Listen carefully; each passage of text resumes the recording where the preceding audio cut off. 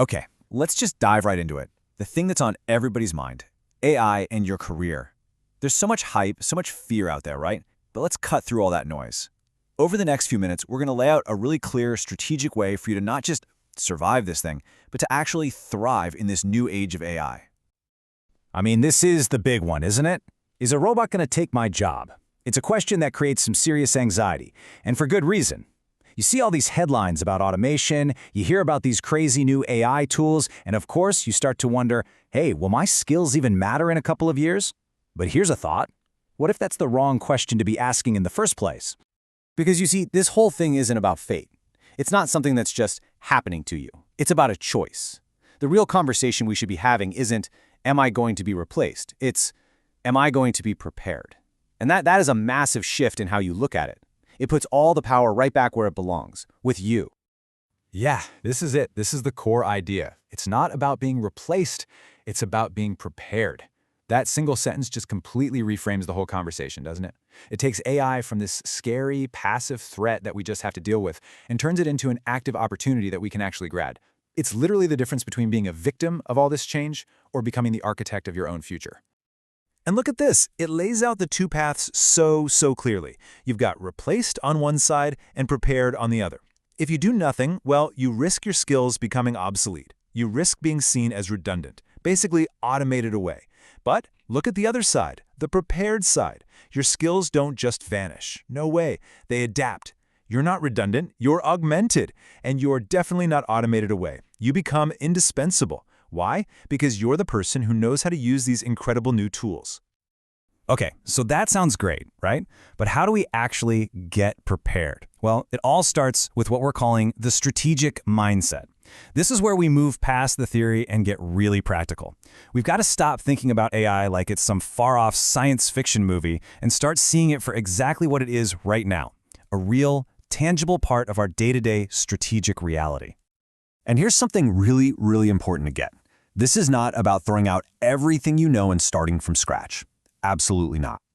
All those years of experience you have, your deep industry knowledge, your ability to think critically, that's your superpower. That's the foundation. The whole game is just about recontextualizing those amazing skills and figuring out how to apply them in a world with AI. And when you do that, guess what? They become even more valuable. So what do we actually mean by strategic reality? Think of it this way. It's a proactive mindset. It means that every time you hear about some new AI development, your first reaction isn't fear. It's curiosity.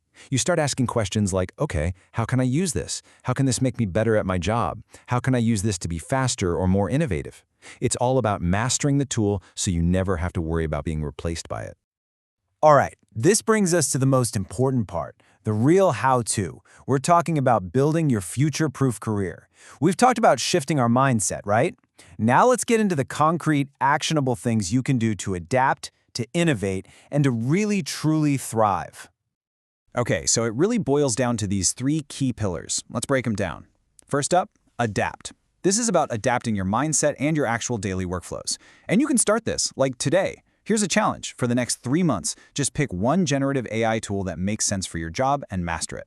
If you're in marketing, maybe that's something like Jasper. If you're a developer, you've probably already heard of GitHub Copilot. And for pretty much everyone else, start with ChatGPT. Seriously, use it every single day. Use it to help you draft emails, to summarize long reports, to brainstorm ideas. The goal is to make it feel as natural as opening up a spreadsheet. Second pillar, innovate. Now we're talking about the next 6 months. This is where you go a little deeper and start to innovate with AI as your partner. A huge skill here is learning the basics of prompt engineering. This is what turns you from someone who just uses AI into a power user. It's the difference between asking, write a blog post, which is okay, and asking, act as an expert tech journalist and write a 500-word blog post. See the difference? You get so much more out of it. And the third pillar, secure. This is your 1-year plan. This is about securing your place at the forefront of all this, and that means aiming to understand a little bit of the how behind the magic. Now, you do not need to become a data scientist, okay? But learning the fundamentals of a language like Python, wow, that can be a total game changer. Just imagine being able to write a simple script that pulls some data, and then you can ask an AI to analyze it for you. A skill like that makes you the essential bridge between your team and the technology. And trust me, that is an incredibly valuable place to be. And I really want to drive this point home. Please, do not let anyone tell you that your experience is obsolete or outdated. It's not. It is the solid ground you are building all of this on. Every single skill you've learned, every tough project you've pushed through, that's the foundation. That's what's going to allow you to plug AI into your career and build something that is genuinely future-proof. So we'll leave you with this final thought.